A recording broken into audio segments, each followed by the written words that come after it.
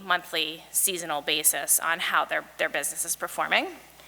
And typically these are distributed to the whole company, anyone who has a hand in product. So you, as a designer, would not be building these, would not be manipulating them, but you have access to them, to view them, to know your business really well before someone has to come tell it to you. So you can already start, moving forward. You don't have to wait for someone to explain things to you if you understand how to read the report yourself. Like I said, typically on a Monday morning, it's all about numbers for someone on the sales or the buying team. So they're gonna run the numbers and see what performed for them the past week, all the way down to the style level, but also at a more broad level, like classification or delivery based. So here, what I have up on the screen for you guys is an example of a Macy's selling report and the regions that they sell for.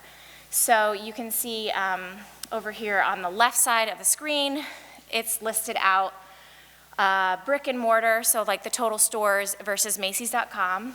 And then within brick and mortar, it's broken out by Northeast, North Central, Northwest, South, and Southwest. So you, as the designer, could look at this and say, okay, how did the South do in general? How are the warm weather styles performing versus the northern styles? And be able to understand a little bit better about how your business is performing. The first column is the this year sales. So when you see TY, that's going to mean this year. Plan is the plan that was set forth at the outset of the season, and that's what everyone's trying to achieve, no matter what. And it may be very in line with where last year falls, LY, or it may be more aggressive or less aggressive. But if a buyer is not hitting their plan, then they are not hitting their financial goals, which is not good for the company and not good for the specific buyer either from a, compensation standpoint. That's what they're judged on when they get to the reviews and any sort of bonuses that may exist, as well as what you may be judged on depending on what your compensation structure is like as a designer. So you obviously want to see this number being hit. Clearly, this was not a very great week for this specific account. The overall omni, both brick and mortar and e-commerce together, was down 29% to plan. The this year number is less than the plan number, so it's down. It's also down on the LY number, nearly 50%, 47.9%. So right at a snapshot, you could look at this and say, ouch, that was a rough week. and be prepared that you're going to be having a conversation with the people who do deal with the customers and figure out, what it means about the product that you've delivered that you want to be already starting to correct as you start to move towards the next season. Does anyone have questions on this slide? Okay.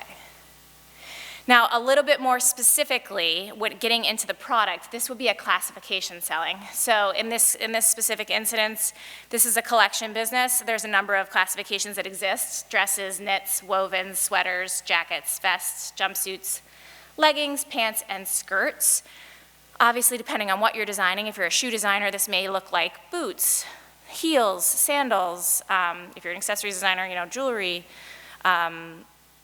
handbags, belts, it could just be broken out in different ways. But this is basically going to tell you how each of these classifications performed. So the first column here is the sales dollar amount and the sales units amount. Doesn't really mean very much unless you compare it to other numbers. It's just a dollar amount on the page. So what you would look at here is the last week AUR number, which tells you the retail price. AUR stands for average unit retail. This is the price that it actually went out the door at. And you as a designer could look at a certain classification and say, I know that all of our dresses cost $39.99, but the AUR out the door was $33.91, so there's a slight markdown happening on the product that's selling, but it's not a terrible difference in the business. Sell-through is, does anyone know what sell-through is in the room? It's the percent of business that you sold through the product the previous time period, so in this case, last week. So if you had 100 units and you sold 5 of them, you would have 5 into 100, 5% sell-through that week. So it's basically telling you how fast you're selling the product. And the higher the sell-through is, the better, because you want to get through the product really fast. You as a designer should want to see your product flying off the shelves, not having a chance to get old, not having a chance to get marked down. And this is often looked at both in a dollar standpoint and a unit standpoint. The thing that's different about dollar versus units is that dollars end up having markdowns taken into them, so it's not always apples to apples, whereas if you look at your unit sell-through, you can kind of compare the classes a little better. And you can look down the line and see which classifications are performing the best. In this case, the vests were performing very well that week. The next two columns are stock dollars and stock units. So this is a really important measure, I think, because you can also see not only which ones are selling through really fast, but which ones are selling better than the stock that they have in hand. Stock is the receipts that they've brought in the door for a given account, so you can only sell what you have on the floor. And if you're outpacing the sales that you have in stock, it means that that classification is performing very well. Or if this was down to the style level, that style is performing very well. So an example of a class here that's doing really well is sweaters, where it's 19% of your sales, but it's only 12% of your stock. To you as a designer, that would be a big red flag saying, okay, so for the April delivery, I didn't actually make that many sweaters for 2023. I'm going to need to start thinking about what I'm going to design for 2023 so that I can kind of push into the demand that exists out there for sweaters. And the last read on here is weeks of supply. So this is how many weeks you have on hand of a given product. As I already said, this was not a terribly great performing week because you have certain classifications like dresses where you have almost a year's worth of supply of dresses, 51 weeks of supply. That's a pretty sad account. But you would be able to look down the road and see who is performing well. We already talked about how sweaters is outpacing its stock, so that's at 20 weeks of supply. It's your best performing classification for this given week. Questions? Is this all kind of making sense? Yeah? Okay. So these are the key terms that I think are super important for you to understand and gonna make it so that when you walk in to an internship this summer, you're not like totally clueless when people start talking about the business. TY would equal this year, LY last year, PL plan. Sales to stock is the percentage of selling in sales to percentage of selling in stock. Sell-through would be the percent of stock sold, and then weeks of supply is how long it will take you to sell out of something. This slide will be live on the Blackboard. So if you guys want to take a look at it later, if you have questions you want to ask me about, feel free. But like I said, I think the most important thing you can do when you start somewhere is just to ask someone who does deal with the numbers and just ask them how they read the reports and try to familiarize yourself with it so that you don't have to wait for someone to tell you how your business was. You already know and make yourself self-sufficient, which I think will make you a strong designer. All right. Questions before we move forward? Okay, well, I would love to welcome our guest to you guys today. Meisha Brown is joining us. She is the Vice President of Sales for Department Stores in North America for Kering Eyewear. She is experienced buying, merchandising, and a wholesale sales professional in the luxury fashion industry, and previously worked at Barney's, New York, and Saks Fifth Avenue as an advocate for increased Black representation in recruitment, retention, as an advocate for increased Black representation in recruitment, retention, and executive leadership. Meisha serves as the founder and executive sponsor of the Kering Black Employer Resource Group. She holds a Master's of Arts in Luxury and Fashion Management with the Savannah College of Art and Design and a Bachelor of Science in Business Marketing from California State University, Long Beach. An Oakland, California native, she currently lives in Brooklyn with her husband and her 2 young daughters. Please join me in welcoming Meisha.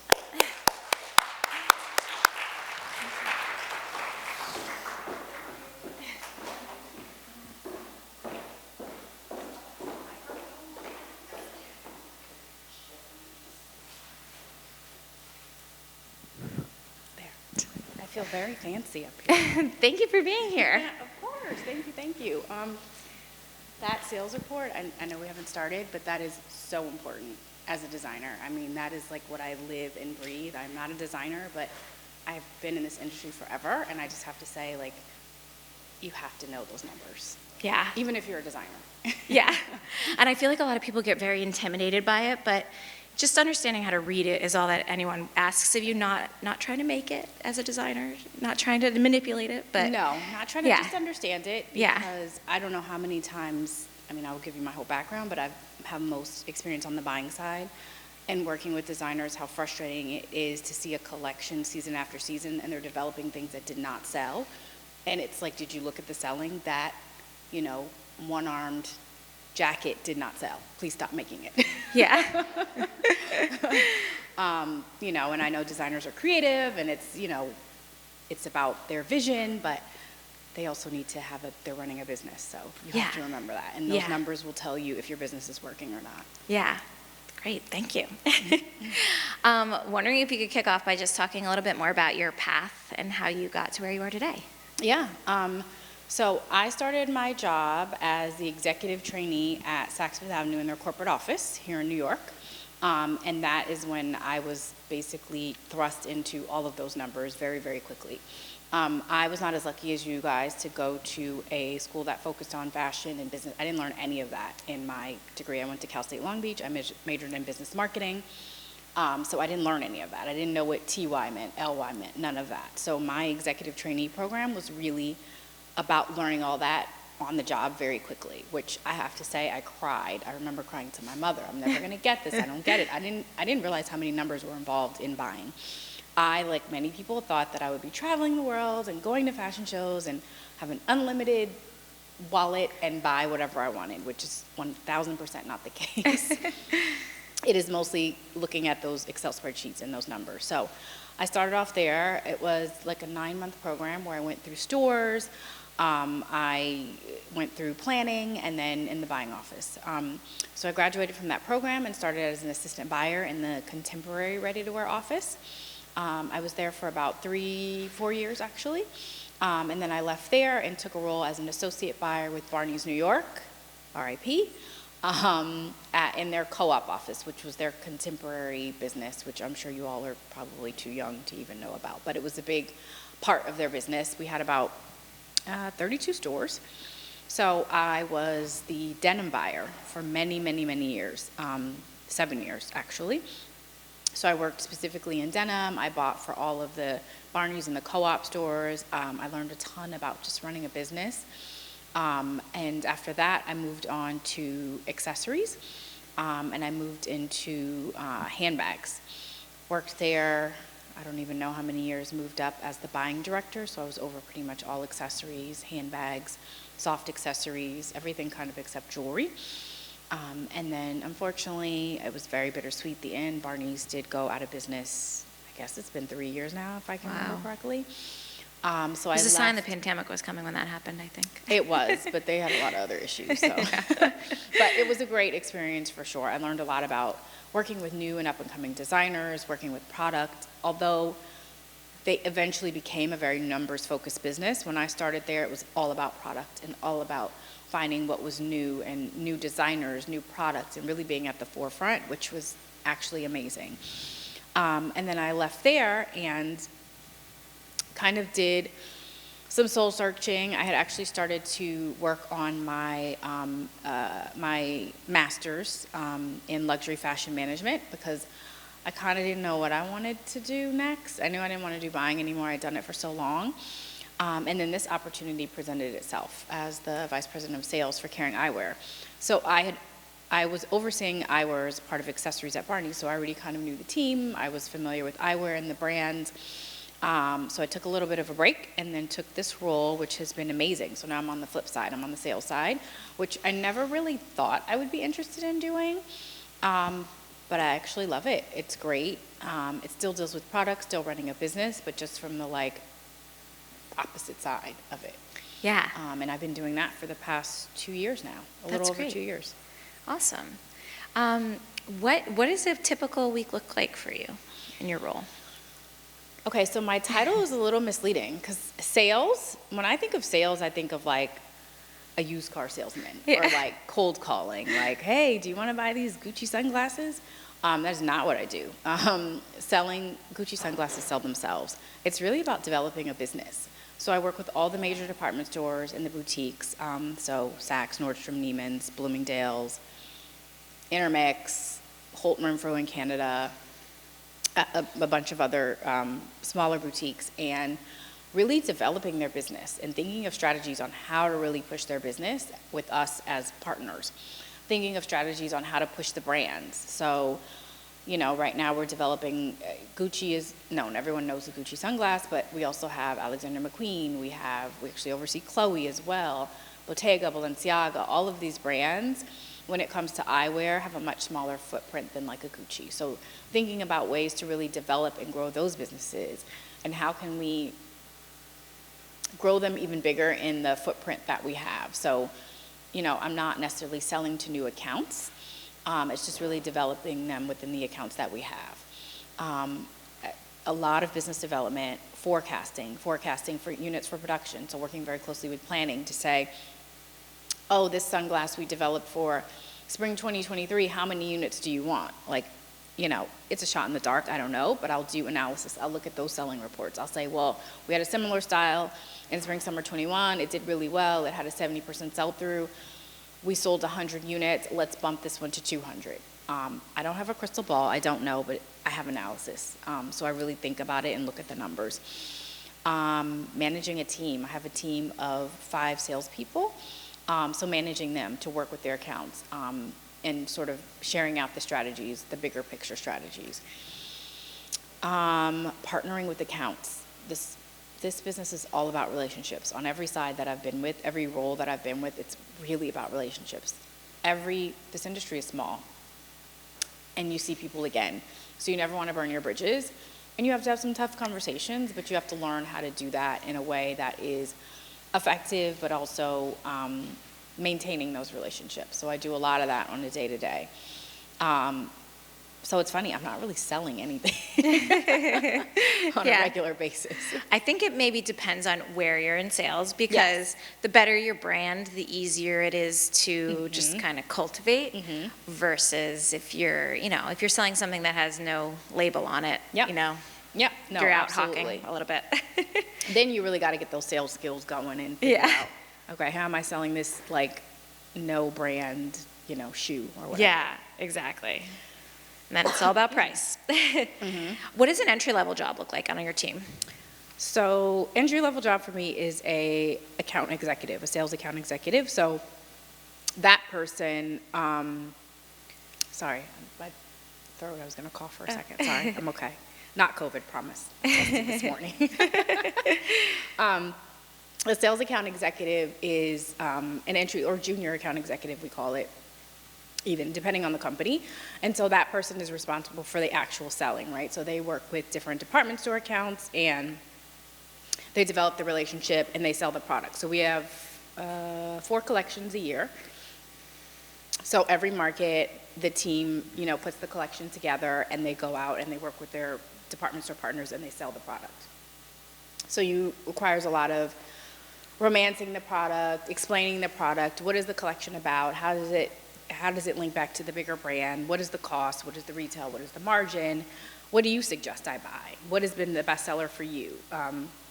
So that's where the sales piece comes in, for sure. Analyzing reports. Those reports, like I said, I can't say it enough.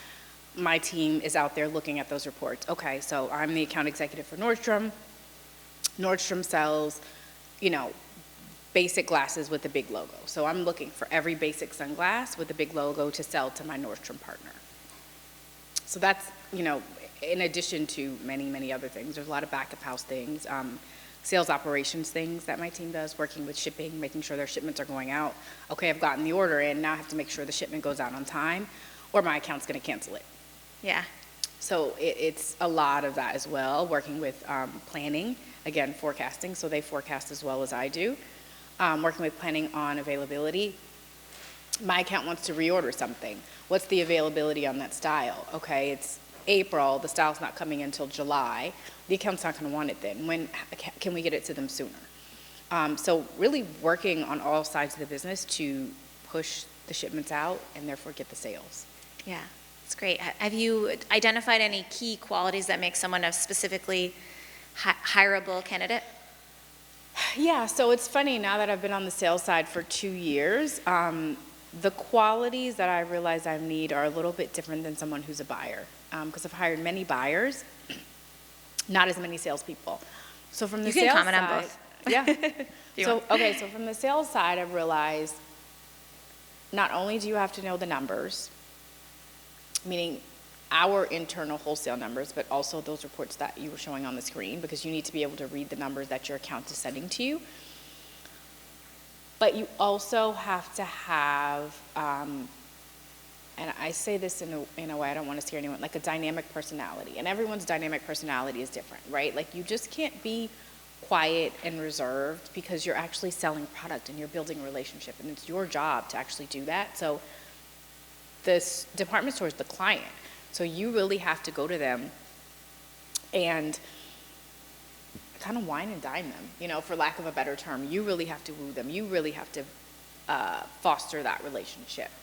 And I think I've realized you need that more in a sales role specifically. Mm-hmm. Now on the buying side, you need more of the numbers. You're running an open to buy. You're responsible for the budget, the inventory, the sales impact, managing all of that. So it is really important that you know those numbers backwards and forwards, margin, markdown assistance. Yeah. All of that is super important on the buying side. I use a lot more numbers on the buying side than I use on the sales side, to be honest. I am thankful that I use that, because now it helps me on this side. Yeah, yeah, I can imagine. What else? Someone who is really resourceful, like you were saying that earlier in the introduction. You want someone who can, there's obviously a learning curve for anyone in a new job, and there's obviously onboarding that is expected, but you want someone who can kind of very quickly learn and use their resources, right? So like you come onto a new job, you're learning a lot. You're learning different reports, different functions, you're learning how to do your job. So the last thing I think your boss wants is for you to come to them every second with another question. When I'd say after a few weeks, you can use other resources. You use other team members, maybe use the planning team, maybe you use your, your design counterparts, maybe you use the store, whatever it is, you're using your resources to kind of figure out your role. Yeah. So I think being resourceful is really great, a really great skill set to have that I don't think always people think about when they're interviewing. Yeah, that makes sense. I mean, we all just read the State of the Fashion 2022 that McKinsey puts out every mm-hmm. year, and there was a big talk about talent crunch being an issue. Is that something that you're feeling? Oh my God, yes. Yeah. So I have a team, like I said, of 5 people, and it's April, right? In the past 3 months, I lost 3 people, 3 of the 5. Wow. And honestly they promised me it wasn't me. They said I was a good boss. It's just this whole great resignation thing. Yeah. And they went to, for the first time in my career experience, they went to non-fashion companies. Wow. They went to, one girl went to Amex, someone went to Salesforce, and someone went to DoorDash. Wow. So these are, I can't compete. I'm used to competing with fashion companies. Yeah. I'm not used to competing with non-fashion companies. Thank goodness I was able to replace everyone, but it is definitely real. I mean, I think just coming out of this pandemic, people are rethinking everything. Life choices, what they want to do, where they can live, right? Yeah. Because the fashion industry is still very much in person. Right. I go in twice a week right now, but I'm sure my company would love for us to go in 5 days a week again. Yeah. Whereas tech companies were already set up to be at least hybrid. Yeah. So I think, I'm hoping that it's slowed down. I mean, the last person that resigned was like beginning of this year, so fingers crossed, but I think every industry is really experiencing it. Some shifts. And do you feel like your company is doing enough to kind of retain people? I do, actually. Yeah. I will say that they are really, so my company the headquarters is based in Italy, and what I've learned is the culture of Italy is very loyal to your company. It's not like here in America, we're like in and out. Like, oh, I was here a year, I'm leaving, I'm going here for another year. That's just kind of, we have a lot of opportunities. More so than I think Italy specifically, not that there are none, but I think just more. And so because of that, because that's their, how they operate culturally. They are very big on trying to keep people, which is great. It's a great feeling. Yeah. If you are a good employee and they really value you, they do what they can to try to keep you, which is, it's really appreciated. Yeah. It doesn't always work, but. Yeah. So your first job out of school was the training program at Saks. How did you get that job? Okay, so like I said, I went to school for business marketing. I went to Long Beach State. Since I was in high school, I knew I wanted to be a buyer. I didn't even know what a buyer did, but I was like, I want to be a buyer. Sounds great. So at that point, which is going to date me because I don't even know if they have all these programs anymore, there were buyer training programs. So Saks had one, Macy's had one, The Gap had one. I think those were Lord and Taylor, maybe. Yeah, Lord and Taylor. Yeah. But I'm from the West Coast, so I didn't really even know what Lord and Taylor was, honestly. Yeah. Levi's had one. So most of these were San Francisco based, and I'm from the Bay Area. So I applied to all of those programs, and I didn't get into one. So I graduated college, and I was like, well, what am I going to do? And so it was kind of this weird time where they had these training programs, but they still wanted you to have retail store experience, which is quite interesting because I think that's a bit of an antiquated thought process. I think it's great to have retail store experience, but I don't think you need it to be a good designer or buyer or sales, like wholesale sales.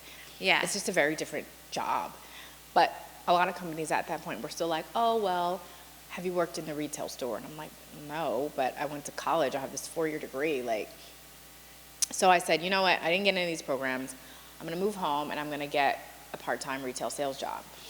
And I said, I'll do it at Saks because I want to get into their program. And I don't know, it's a shot in the dark, but what else do I have to lose? And in the meantime, you get a good discount. Get a good discount. I got hired as Christmas help in September of, I don't even know what year. If I remembered, I probably wouldn't tell you, but some year. And I was selling $100 Christmas ornaments in September. And I remember I wanted to die. I was like, what am I doing with my life? I told my mother, I said, I feel like I wasted your money. I went to college, and I'm selling Christmas ornaments in September. And I ended up basically doing the job and kind of telling everyone at that Saks what I wanted to do. Oh, I just graduated. I really want to be a buyer. There's a buyer training program at Saks. Telling people that I didn't even, other salespeople, back stockroom people. And I ended up telling HR. And they said, you know what, we'll put in a good word for you. The head of HR at the store said, I'll put in a good word for you. And I was like, that's great. But honestly, I thought they're all the way in New York. They have, at that point, Saks had 60-something stores. I'm like, I'm sure every sales associate is trying to get this job. She put in a good word for me. I applied the next year, and I got in. Oh, that's great. And I think, quite honestly, there was nothing different about my application besides that I worked in selling Christmas ornaments, which I don't know how much that helped. I think the dedication, because they knew it was my second time applying, and the relationship, quite honestly. I think that's valuable. The person in HR really liked me. I showed interest. I did a good job at selling Christmas ornaments.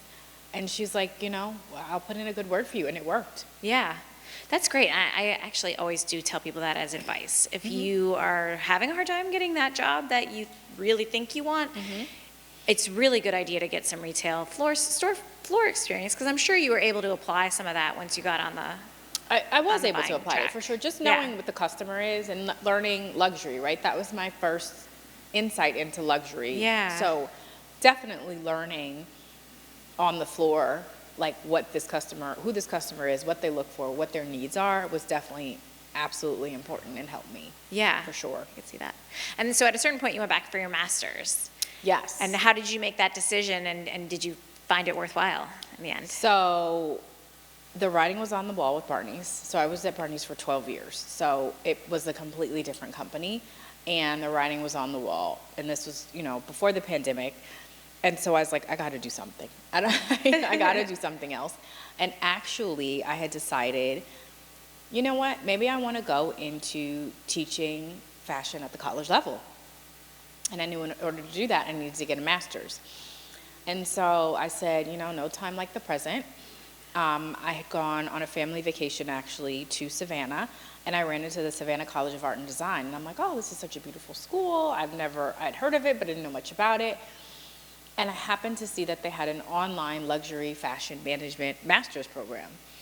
And I said, well, I mean, I don't live here, but that's what I need. I need to keep my job and still go to school, and online would be great. Yeah. So I looked more into the program, and I decided right after having my second daughter, I said, you know what, I might as well do it. And I will say it was the hardest working time I've ever had in terms of just my schedule. I had 2 little kids, a full-time job, and I was doing online school. Wow. Anywhere between 9 p.m. and midnight or later on the week, every day, honestly. Wow. It's impressive. Reading, and I'm Very sure, impressive. as you guys know, online school is much harder than in-person school. I would have much rather sat in a class like this and It's much more engaging and ask questions yeah. and, you know, be able to understand things, and reading pages and pages of books online that I was like, I don't even understand this. Yeah. And this is after I'd been in the industry for many years. There were things I didn't understand. I'm like, I don't know, I've never done this. I actually, you guys would probably know, I took a class that was about like tech design, and we had to design a jean from start to finish. Wow.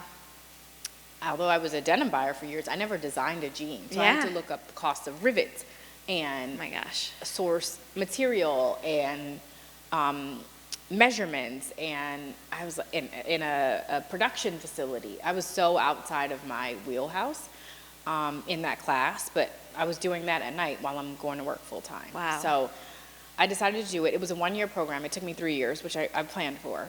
I knew I couldn't do it in a year. I basically took 1 class per, they were on a quarter system. Wow. So I committed to it. It took me 3 years, and I finished. That's great. So it was great. It was, and I'm glad your second question was, am I glad I did it? I'm glad I did it because I think it really helped me with this role Yeah. in terms of looking at things from a more global perspective. And also, having been at Barney's for 12 years, while I'm proud of that, you do get kind of stuck into like a Barney's bubble, you know, and like you realize, okay, there are many other retailers, many other businesses, many other ways to do things besides the Barney's way. Yeah. So I think taking it to the classroom, I really was able to open it opened my eyes to what the world was doing, not just Barney's. Yeah. Yeah. Well, that's great. Why do you feel like you're passionate about what you do? So I actually realized with this job, more so than my time with Barney's, which is going to sound crazy, that I actually love fashion. When I was at Barney's, I kind of hated it a little bit because I was so in it. It consumed me. It was my job, Monday through Friday, 9 to whatever, to know fashion. And it took the fun out of it a little bit, or a lot of it. And while I did get to travel, and I went to Europe 4 times a year, and I went to beautiful showrooms, and I went to like every fashion show imaginable, when you make it work, it's work. You know, I'm not going to say it's not great, but it's work. So it did take the fun out of it a little bit to me. Yeah. And so now in this role, I kind of was thinking when I was going through that transition, what if I don't like fashion? What if I don't care anymore? And now in this role, I'm like, no, I actually love it because I'm on the sales side and I'm not in a buying office, and it's just different. It's a different side of the business. And so now I can enjoy it on my own time and not so much, I don't have to be so entrenched in it in this job. Yeah. So I definitely love the fashion side. I actually love the numbers, and I'll be honest, I did not in the beginning. Yeah. Now, when you were showing that spreadsheet, I'm sitting there, I'm like, why am I excited about this? My husband laughs at me. Like, I do Excel spreadsheets. Especially that sales report. I know, that one was not great. But I do Excel spreadsheets now for things that I don't need to, like Yeah. grocery lists or Excel. He's like, what is wrong with you? I'm like, this is what I know, Excel spreadsheets. Yeah. And so I've just learned to love it.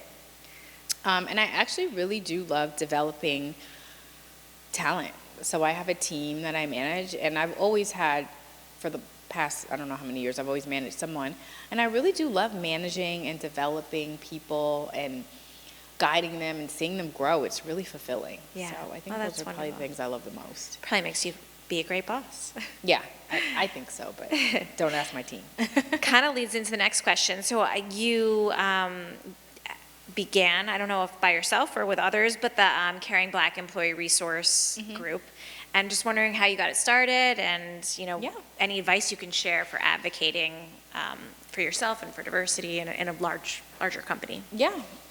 So it was an interesting time. I started this job 3 weeks before the pandemic. So it was very interesting onboarding. And then about, Wow. I don't know, less than 6 months after that, everything happened in the summer of 2020 with George Floyd. And so the opportunity presented itself, or the company, I should say, presented the opportunity for me to lead the D&I committee. So they created these D&I committees by house. So Kering had one, Gucci had one, Bottega, Oh, wow. Balenciaga.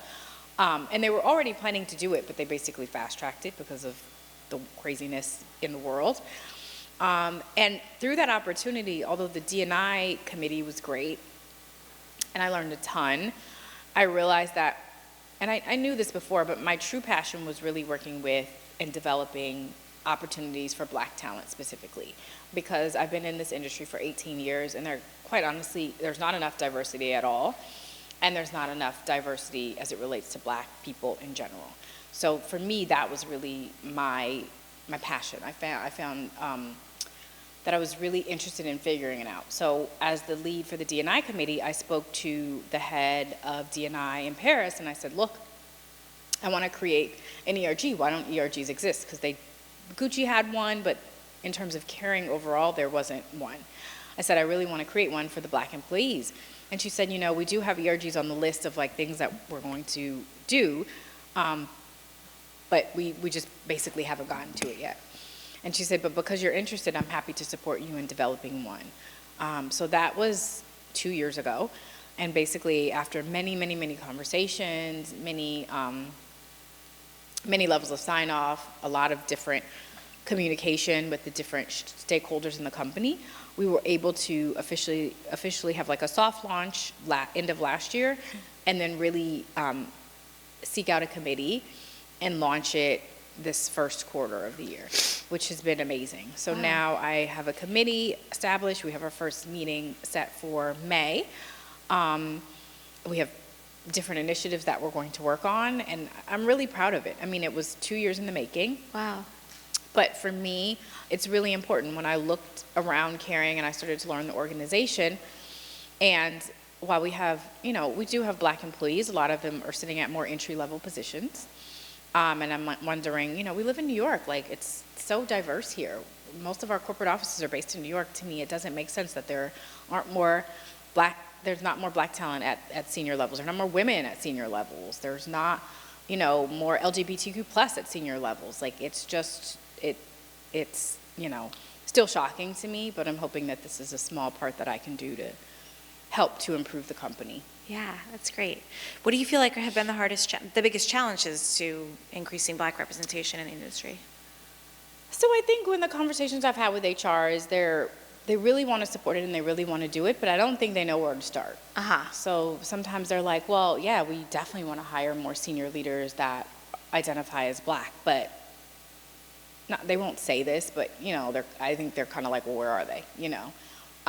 So I think part of it is figuring out new recruitment strategies, thinking outside of the box, not going back to the same talent pool, whether it's working with HBCUs or working with outside third-party companies to help us source more Black talent.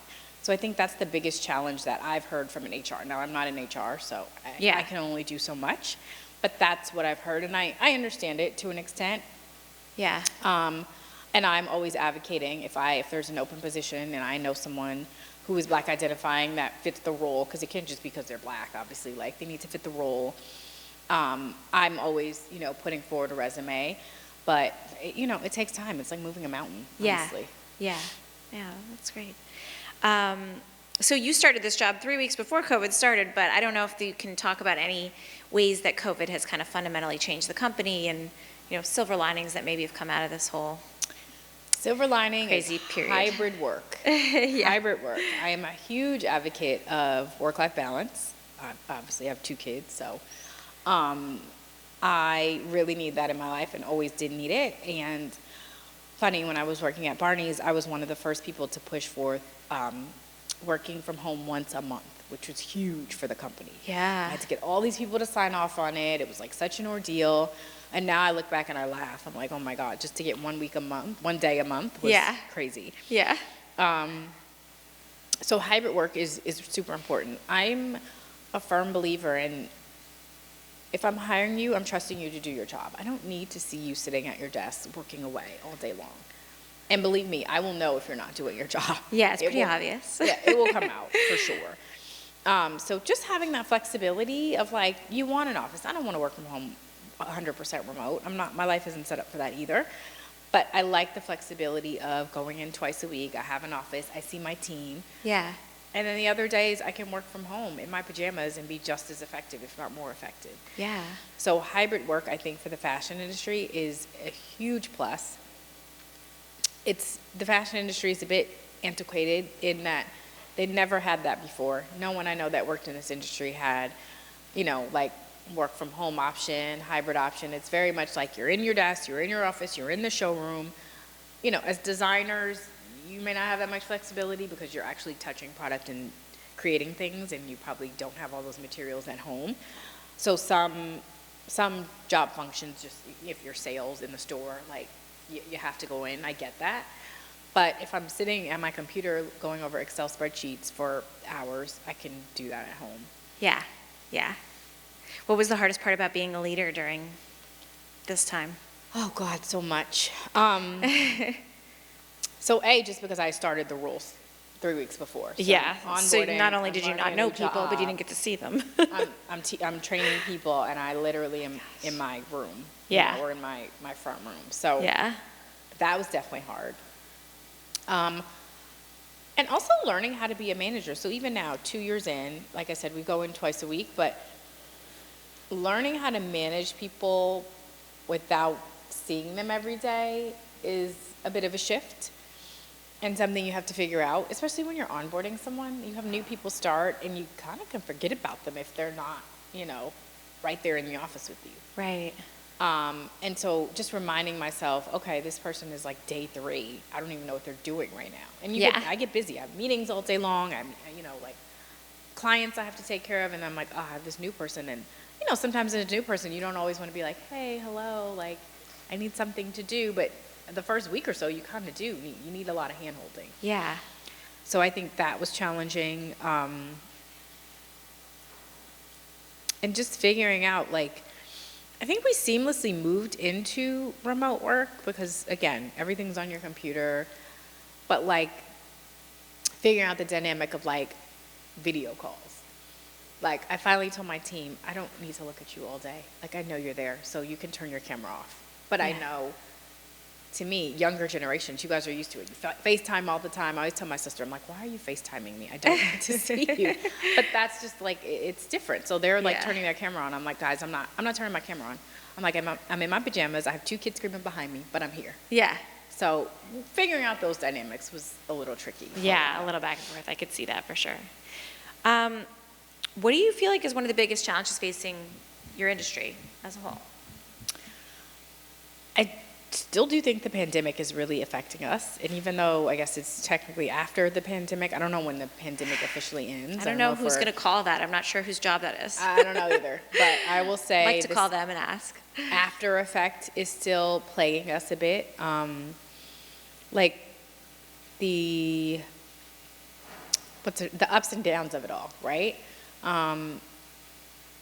There's still stores in Canada that have closed in the past month because of the pandemic. Yeah. So we're still dealing with that, although in America it's been pretty consistent, but there are still some stores that are like, oh, well, the numbers are up, so now we're closed. So that still is affecting business. Inflation now. So we're talking about price increases, and none of our accounts want to deal with price increases. And they're sort of off cadence, because we typically would do them at the beginning of the year, but with the cost of everything going up, we're forced to say, sorry, we got to increase the prices of everything, which is inflating their inventory levels. So that sales to stock is going to be even more out of whack. Right. So that's really challenging us right now. Yeah. And then something like not related, well, I mean, everything is related to the pandemic, but not necessarily related to the pandemic, I will say is this industry can be a bit traditional, and antiquated. So doing things a different way. We all know e-commerce is the way to go. We all know digital. This is a digital world now.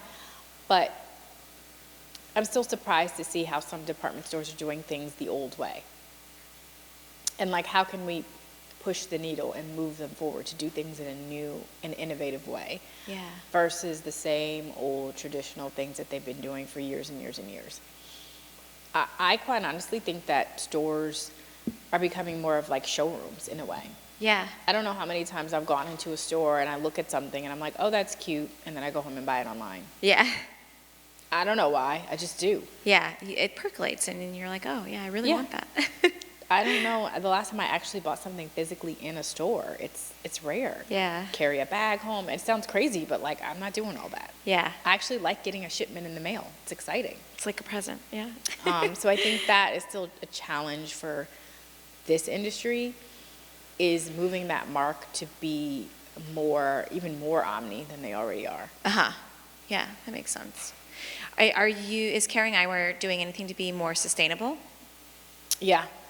So Kering is big on sustainability. Oh, that's great. And really creating innovative ways to be more sustainable. So as it relates to Kering Eyewear, it's really about working with our brands to create sustainable materials. So we really work with plastic and metal. I mean, that's what most glasses are made of. So we work with, in some cases, bioacetate, which is more biodegradable than just your regular plastic. Yeah. So Gucci is actually, it's brand by brand, right? Every brand is different. Gucci is usually the trailblazer in almost everything. So Gucci next month actually is coming out with a sustainable eyewear capsule. Wow. So the glasses are all bioacetate and mineral lenses. So doing more things like that to really improve our sustainability footprint, Yeah. as much as possible. I mean, it's a long way to go. There's a lot to be done, and there's a lot more that could be done. But I think little things like that are helping to move the mark. That's great. What do you feel like is the hardest part about your role in sales? I think the hardest part is sometimes thinking of ways to really work with your department store partners to get them to, for lack of a better term, do what you want them to do, right? Like, I want you to partner with me on this new idea. I want you to partner with me on buying into this brand or this style. And a lot of times, depending on the department store and their personality, they're just like, no. Yeah. And then I'm like, okay, well, so finding that balance, accepting their no, but then also figuring out how can you leverage something else? How can you circle back to them and maybe present it in a different way? Yeah. So that's probably the hardest part, but it's actually the part I enjoy the most. That's Yeah. the strategy part that I was talking about. It's a little bit of both. Figuring that out, figuring out how to everybody has like a best way to get to them, and sometimes it's just about the buyer personality, honestly. Figuring that Like, out. this buyer does not like when I call them on Monday morning with blah, blah, blah, blah. Yeah.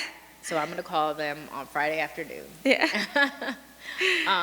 But that's just, you kind of learn that as you go a little bit, and you develop relationships and think about different strategies. Yeah, that's great. My last question for you would be what would you recommend as your number one piece of advice to a designer on how to be stronger in the industry and, a better partner? Yeah. So I would say, as a designer, again, kind of back to what I was saying earlier, it's great to have vision. It's great to be creative. But you really have to balance it with the business side. And although you will probably have business partners if you are also lucky, and they will give you all the information you need. But as a designer, knowing yourself is really key. So you want to know, I created a collection and it's, the purple collection and everything is purple. But if you're looking at forecast trends and are like, everyone hates purple. Like, everything should be yellow, and then maybe, as a designer, you like, okay, maybe I'm going to infuse some yellow into that. Like, it'll be a purple and yellow collection. So really knowing your business and understanding how to get your vision across, but also how to make money. Because you can be an amazing designer, but if you make no money, you really can't have a job. You won't Yeah. have a business. Yeah. Great. Thank you. You're welcome. That's awesome. I would love to open it up to you guys. Any questions out there? Looks like we've got our wireless mic, so that's good. If anyone wants, on this side wants to start, pass. Thank you.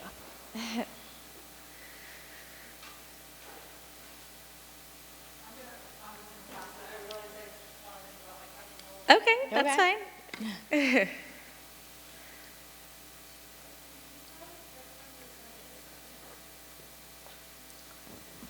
You probably touched on this subject, but as fashion evolves, do you think eyewear will continue to be relevant in future trends, or would it be obsolete? Oh, I definitely think it'll be relevant because the great thing about eyewear, designer eyewear, it is the entry price point into the designer world. So if you can't afford a designer handbag, you can't afford designer ready to wear, usually you're buying a sunglass, maybe a sneaker, but even sneakers are really expensive now. Or not sneakers, shoes are really expensive. Sneaker, everyone says, Yeah. everyone's wearing sneakers these days. So yeah, I definitely think it'll continue to be relevant.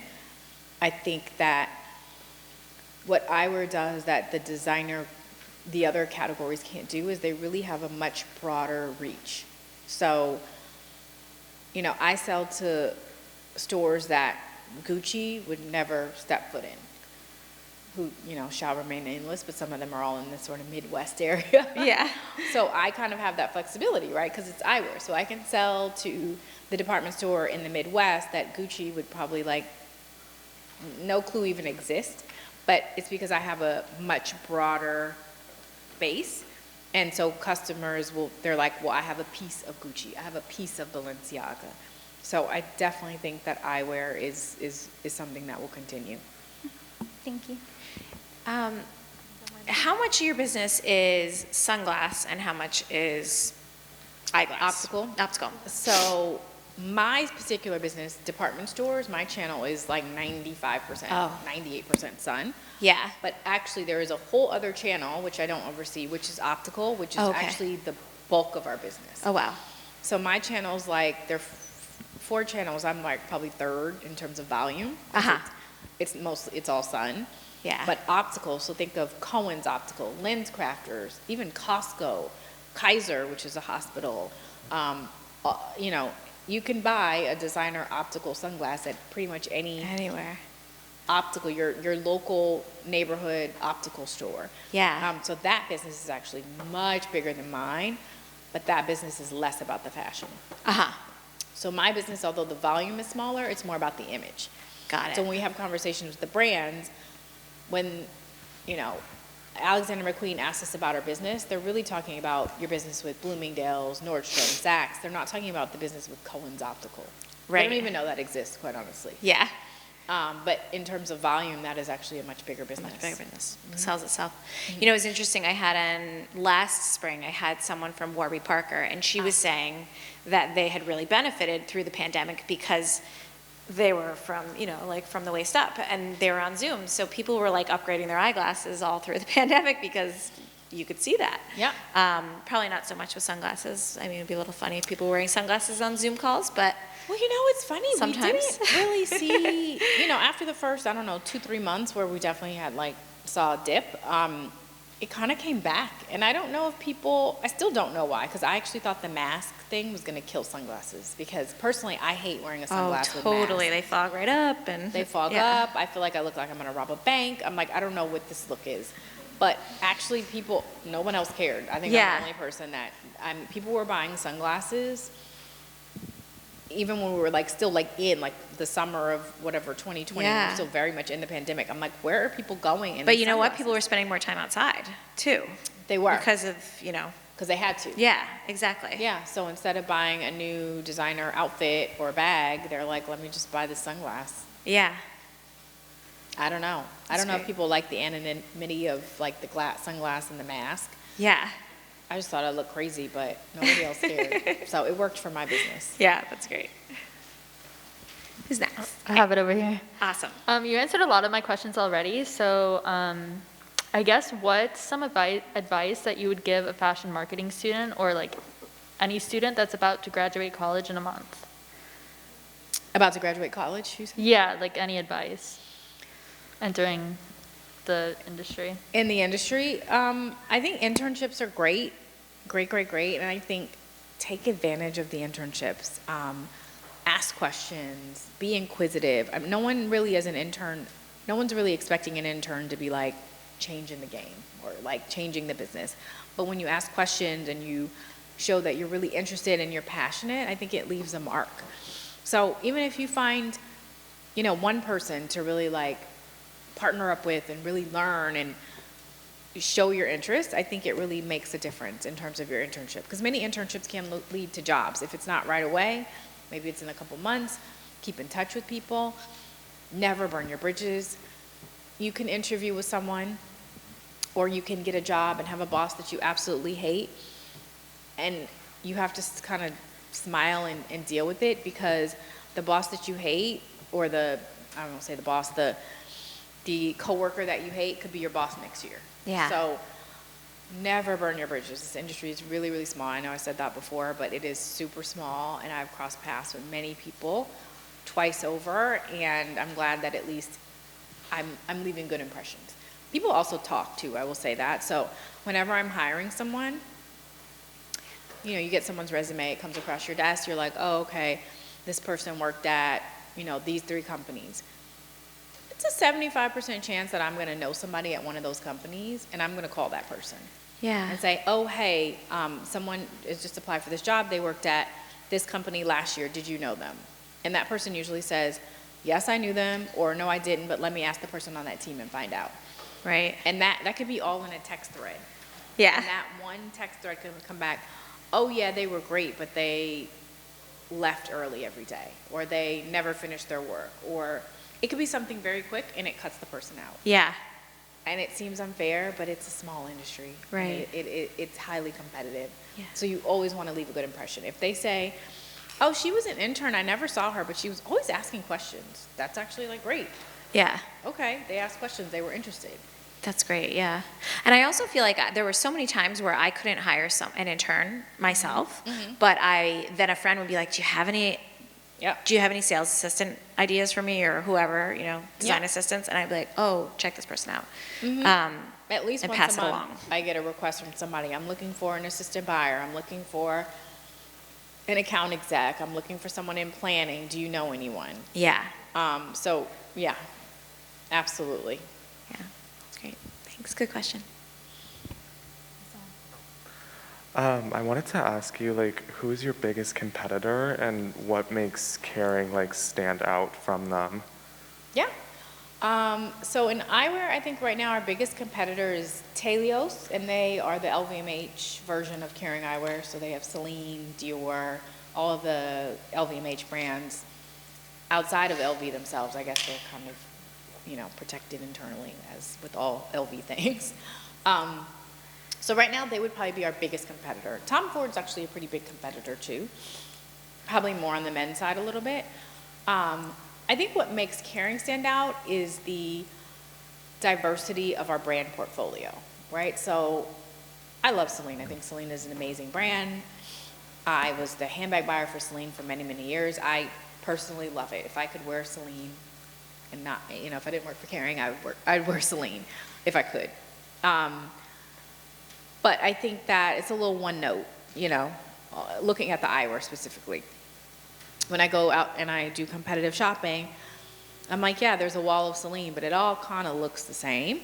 So I think with Kering, the diversity of our portfolio, like even just looking at Gucci, Gucci spans from super core basic, opening price point, to crazy fashion for like over, you know, $1,200 and everything in between.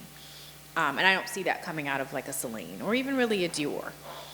So while I respect those brands and I think they're amazing and great, I think when you look at our portfolio, it's definitely much more diverse. Then you have hype brands like Balenciaga and Bottega, right? Like everybody wants a piece of that right now.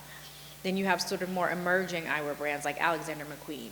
Like it's a gorgeous fashion house, but people don't know the eyewear as well as they know maybe some of the other categories. So there's opportunity there. So I definitely feel like, and then you have Saint Laurent, which is like, super sleek, super edgy, super sexy in terms of the total brand. And so I don't think that Telios has that breadth of diversity at this point if I look at it. Thank you. Down here, I think. Can I go or Tash? Yeah. Okay. Sorry. Hi. My question is the eyewear industry more competitive than the clothing industry, and if so, how? So I would say yes in general, but it depends on what clothing category you're talking about, right? So eyewear is probably the same level of competitive as denim. So again, I worked in denim for many years. There's constantly some new denim brand popping up every single season, because if you think about it, denim is kind of easy to make in terms of production. It's cotton, it's water, it's the same wash cycle, it's the same. It's literally the same materials. Just like eyewear, it's plastic and metal. Yeah. Whereas other categories, like if you're talking about ready to wear, like it could be whatever you're making for the season. So that could be a little more competitive in terms of there's not as many players out there.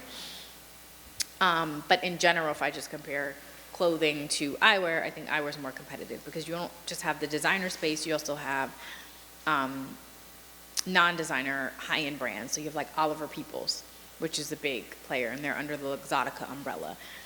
You have Chanel, so you have your designer. And then you have even like Ray-Ban, the Ray-Bans of the world. Now, we don't see them as our competitors because it's a much different price point, but I mean, technically, if you walk into a Nordstrom, you're looking at, they offer it all. They offer everything from Ray-Ban up to Chanel. Yeah. So it is a competitor in that sense. So I would say eyewear is a pretty competitive market. Mm-hmm. Hi. I was wondering how the sales strategies vary between all the different brands under Kering, and what factors kind of determine how you're strategizing. Yeah. So in terms of sales strategies, they're all the same in that they all want more sales every year. So like that screen you were showing, and they're like down to plan and down to last year. I'm like, this is going out of business, whatever this brand is. Like they're done. Yeah. Our numbers could never look like that. So everyone's always looking to gain to last year. And in the case of COVID, it was LLY, so it's another term, it's last year. So we weren't looking at 2020 as a benchmark because it was the worst year ever. Everyone was looking at 2019 and getting back to those numbers. So all the brands are looking to grow. Now the growth is looked at based on a percentage to LY, right? Every brand has different numbers, right? So if Gucci, and I'm totally making up these numbers, if Gucci's $1 billion, and Chloe's 500,000, it's not comparable in terms of dollar volume, but it may be comparable in terms of trends to last year. So if Chloe is up 65% and Gucci's only at 5%, like Chloe's doing pretty good, like compared to Gucci from that perspective. They're never gonna, not never, but they're not gonna compare in terms of volume. So in terms of sales trend, we have forecasts, which are basically our plans. And we're always looking, and they're annual, so we're always looking to achieve those forecasts every year for every brand, and we break it down by brand. And a lot goes into that. It's not just my decision. I kind of, give a first pass. It goes through my boss, it goes through our headquarters, it goes through the brand, and then comes back to me. I might call out some things, and then everyone kind of signs off on it. So it's really different by brand. I will say, the more emerging brands probably have more pressure. So like an Alexander McQueen, a Bottega, Balenciaga, because not that there's no more growth for a Gucci, but it's kind of, I don't want to say plateaued, but you're not going to get as much growth out of a Gucci that's already massively distributed. Like I don't really have any new stores to open for Gucci, as I am going to get out of Balenciaga that's still sort of up and coming in a way. Yeah. I don't know if that answered your question. But. Yeah, it did. Thank you. Okay. Hi, thank Hi. you for being here. Oh, you're welcome. I was just wondering if there's been a point in your career where you felt like you are meant to do this, like you love what you do, or has there been a rewarding experience that stands out? Yeah. So I've had both. I've had moments where I'm like, I'm meant to do this, and I have moments where I'm like, this is not for me. I think early on in my career, when I got my job at Barney's, like that was the epitome to me. I was like so excited. I literally remember stepping outside of the Saks buying office and calling my mom and being like, I got the job. Like I was so excited. So working there was really great. Not all the years I was there, but you know, the beginning half, it was really great. Being in that buying office, going to all these new designers, really feeling like I was making an impact and learning. And then the other time I think is when I, you know, in this role a lot, I've had a lot of moments where I'm like, wow, I never thought I wanted to move to sales. I never had any interest in sales ever. I don't know why. I didn't hate it. I was just like, I work in buying and I'm a buyer and that's what I do. But now being on the side, there are definitely moments where, you know, I'm strategizing about the brands and thinking about new ways to build the business, and I'm really able and have the freedom to think out of the box and try different things. And I feel like my boss really allows me to do that, and it's a good feeling, and it feels like this is what I was meant to be doing. And then I think even this opportunity just in the past few years with D&I and the Black ERG, like that's really been something that's more of a personal passion. To be able to be given the platform to do that feels really good, and it really feels like a nice added part to my job. Because there was a point where, I'll tell you the story, but I used to go to Europe, like I said, 4 times a year. So I'd be in my hotel room, and the television, everything is in Paris was in French, and I speak no French, except for CNN or CNBC. So I'd have to watch CNN every morning. And, you know, world news is pretty depressing. Like, you'd watch world news, there's wars going on everywhere. And I'd watch that in the morning before I went to, like, a market appointment. And I just felt like, what am I doing with my life? Like, I'm not saving anyone's life. I'm buying $3,000 handbags. Like, I just felt kind of, like, lame, honestly. And I felt like I still want to do this, but I want to do a little bit more. I'd like to do something that means something. And so this ERG actually really means something to me. Like creating this opportunity really means something. It is a passion for me. So I think moments like that really help me keep going, because there are moments where I'm like, I'm selling $500 sunglasses. Like there are so many bigger issues in the world. Yeah. But this is my job and I do love it. So, you know, having things like that really help. That's great. Mm-hmm. Right behind you.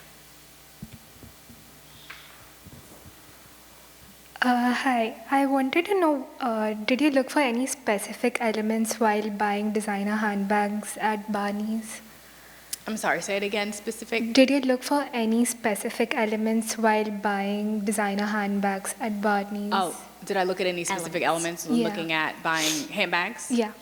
Yeah, for sure. So handbags are not as technical as denim, but there's, you know, materials, there's different types of leathers, there's different rivets, different zipper designs. So when I was buying handbags, I mean, it was for a few years, so different trends happened, but the trend that I remember the most was like crossbody and mini bags. Like bags kept getting smaller and smaller and smaller to the point where they were like those little Giacomo bags that are like, you can fit like a lipstick case in. And at that point I was like, I'm done. I can't with this trend anymore.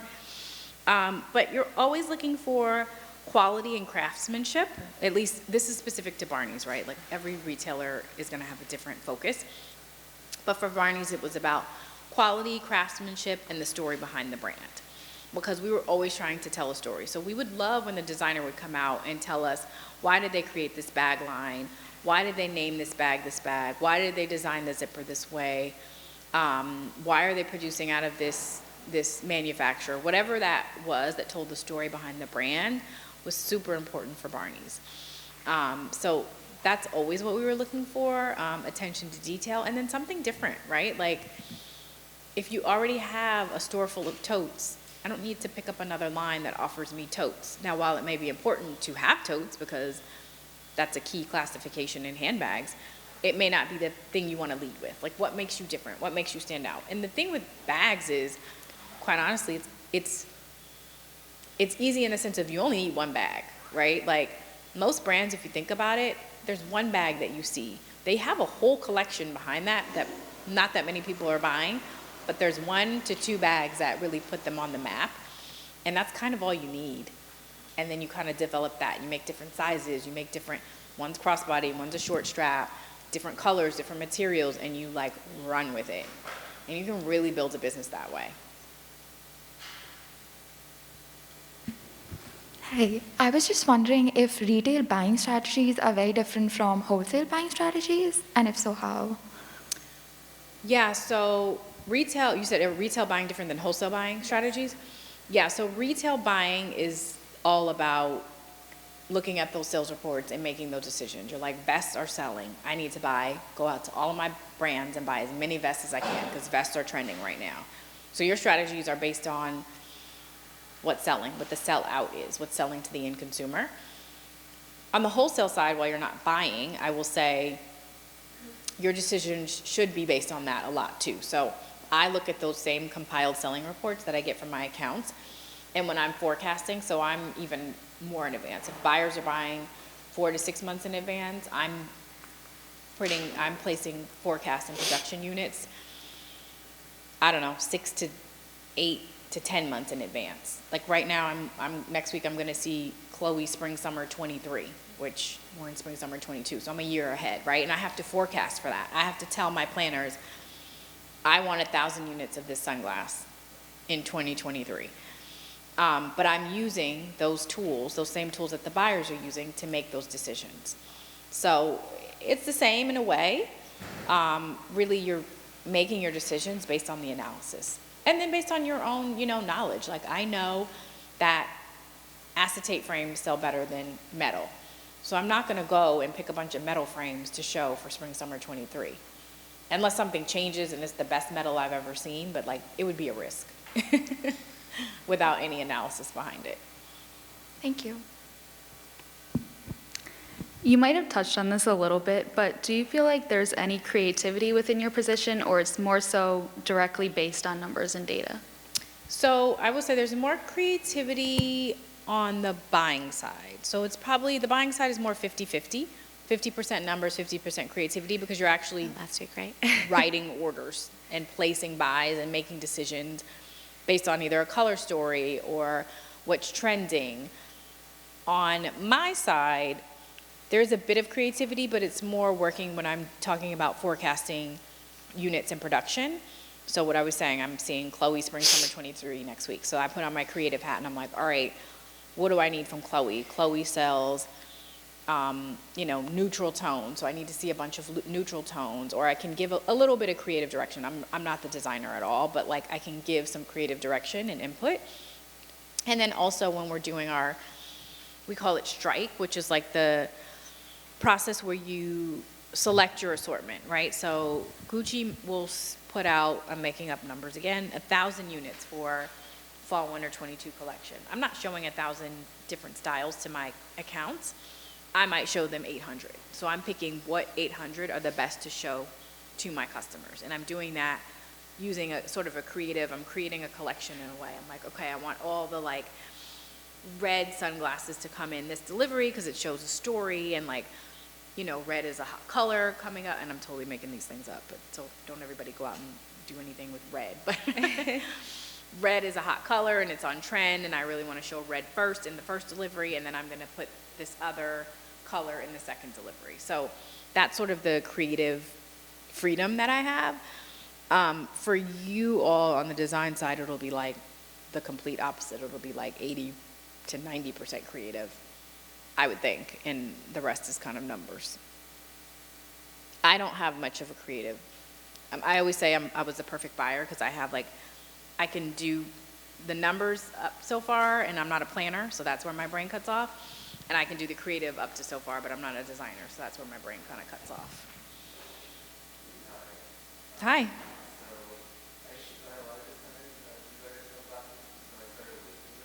Yeah.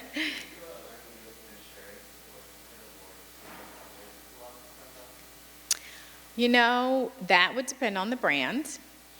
But I think from the brand's perspective and the sales perspective, we want you to lose them so you can buy a new pair. But some brands do have a warranty, but for loss, no. It's like damage. Like, and it's more like, not like you broke them, like it was a defect or something. But it will depend on the brand. It's better for us for you Add to it buy to your another renter's pair. insurance. Yeah, add it, exactly, add it to your renter's insurance. I think the mic is off. If it's you, flick it up. Can you hear me? Yes. Did you find it difficult to move up at the companies that you worked at? So I will say at Barney's, in the beginning, no. Towards the end, yes, because I kind of just hit like the higher up you go, the less jobs there are. So I kind of hit a point where it was like, well, you know, unless this person literally dies, I'm never going to get their job. I mean, it just kind of, that's, I think, every organization for the most part. So I kind of hit a bit of a wall there. I was also there for 12 years, and like that was a very long time. But I did move up, you know, I mean, I went from associate buyer to senior buyer for a long, long time in another role, and then like buying director. But that was over the course of 12 years, so not ideal for most people. And then at Saks, I do feel like, I mean, I went from executive trainee to I went into planning for like 6 months, and then I went into an assistant buyer role. I think I was an assistant buyer twice in 2 different roles, I can't remember. But for the most part, there's just upward mobility. It really just depends on the company, though. I think at Kering, because it's such a big global organization, there's a lot of mobility opportunities. Barney's was actually a pretty small company internally, so there wasn't a ton of mobility. But that's just specific to the company. Thank you. Mm-hmm.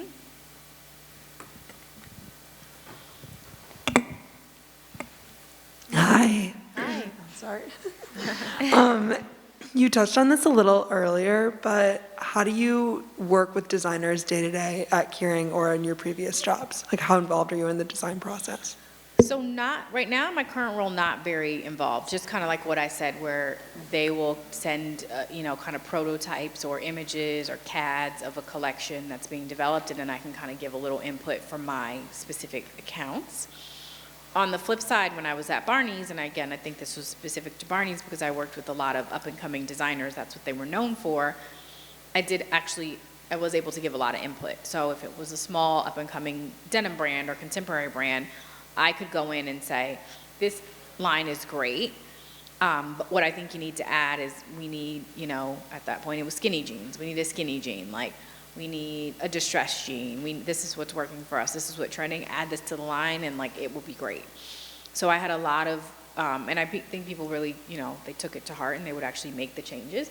So if you're honestly a good buyer and you really do want to work with the brand, it only behooves both of you to give them some feedback on like what is actually selling and what is trending. So from that role, I did have a lot of input and work very closely with designers or whatever it may be, the sales team, to give some creative input. Thank you. Mm-hmm. Hi, my question is, how does Kering Eyewear work with luxury brands and to make sure that the product you'll deliver match the brand identity? Yeah, that's actually a good question. So Kering Eyewear has designers based in Italy. And so those designers, and I'm kind of making some of this up because I don't know the exact process, but I'm imagining that those designers get some kind of creative direction from the brand, whether it's Balenciaga and they are like, okay, well, Balenciaga next season is going to have, you know, all these crazy alien shapes, and like that's what they're going to do. So you need to make alien shaped sunglasses, or this is the color that we're going to infuse in the collection, so you need to have this infused into the eyewear. So there's definitely a connection. Everything does have to be signed off by the brand, I do know that. So while we have our own design team, all of that goes to the brand, and those creative designers, honestly, for all of our brands, are very particular. So if it's not signed off by the creative designer or director, then it will never see it. So there is definitely an alignment with the brand. Okay, thank you. And so one more question is Yeah. about your, like, so far your career. Have you ever made any like mistakes or wrong decision, and what did you learn from I'm sorry, it? wait, say it again. Like so far from your whole career, have you ever made any like wrong decision or mistakes? And Oh my did God, you yeah. learn something She's perfect. from? She's never made a Oh mistake. my God, yeah, I made so many mistakes. I don't have a crystal ball. I have no idea what is going to sell. I've purchased many things that I'm like, this is going to be amazing. And then I get that report and I'm like, oh my God, it had a 2% sell through. It is awful. Countless things. I can't even name one. But that's also a part of being a smart business manager, right? Like you're going to buy things that don't work. How do you improve your numbers to make it work? Do I need to mark it down? Do I need to ask the vendor for markdown assistance? Do I need to send it back? Do I need to negotiate some kind of swap into things that are working? There are different ways that you can manipulate your business. So it's not necessarily about the mistake you're making, it's about how are you improving that mistake. I've definitely made mistakes, yes, for sure. I mean, everyone does. You kind of have to learn the job. Okay, thank you. Mm-hmm. Straight across, there's some, yeah. Hi. Hi. So going off of what you kind of just talked about with like working with smaller brands, what advice would you have for small businesses or fashion startups looking to enter into the luxury market? So luxury is tough to get into, I will say, only because I feel like there's a monopoly out of Europe. I mean, there's not any really designer American brand that people would, I don't want to knock any American brands, but that people recognize in that same way. So I can't even say luxury specifically is tough. I don't even have the answer on how to get into that. There are a lot of old heritage houses that have been around since the 1800s or whatever, and I don't know what deems them luxury or not, but we all call them luxury. Just in terms of getting into the business as a designer, I would say actually mentor two girls who started a handbag line, and they are Parsons graduates actually, and they I've given them a lot of advice in terms of how to like get their business up and running. They did start as a D2C, so direct to consumer. I think that's great for a small business, quite honestly. I mean, I'm in the obviously traditional wholesale retail side, so not knocking that, but I think if you're an up and coming business, you're trying to figure out who your customer is, you really want to get like direct feedback from the end consumer. If you can do a direct to consumer business, I think it is great. You're kind of cutting out the middleman essentially, and you're getting all the profits. I don't know what all that entails, to be honest, but I think it's a great way to go to start a business. I think getting some sort of consultant on the business side, because I do know that as designers, you fully get the creative side, but sometimes you're not as attuned to the business side. So if you have a business partner who can say, all right, this material is costing us X amount per yard, you could really do the same thing for this material. Or if you don't want to cut costs in material, maybe you cut costs in shipping, whatever it is. Someone with the business mind that's like looking at the numbers and trying to make you as profitable as possible. And then kind of once you've launched, and obviously, social media is like kind of how everything gets on the map now, which you guys are very lucky because I didn't grow up in an age of social media. So the fact that you can become Instagram famous still blows my mind. Not just a person, but actually brands. So use that to your benefit. As far as I know, Instagram costs nothing right now, but I'm sure they'll start getting their money. I know they ads and things like that, but if you can use it to your advantage now, I think that is definitely the way to go. And then eventually you can also work with a showroom if you want to have a vendor that represents you. If you're a smaller company, that always works if you go into like a multi-branded showroom.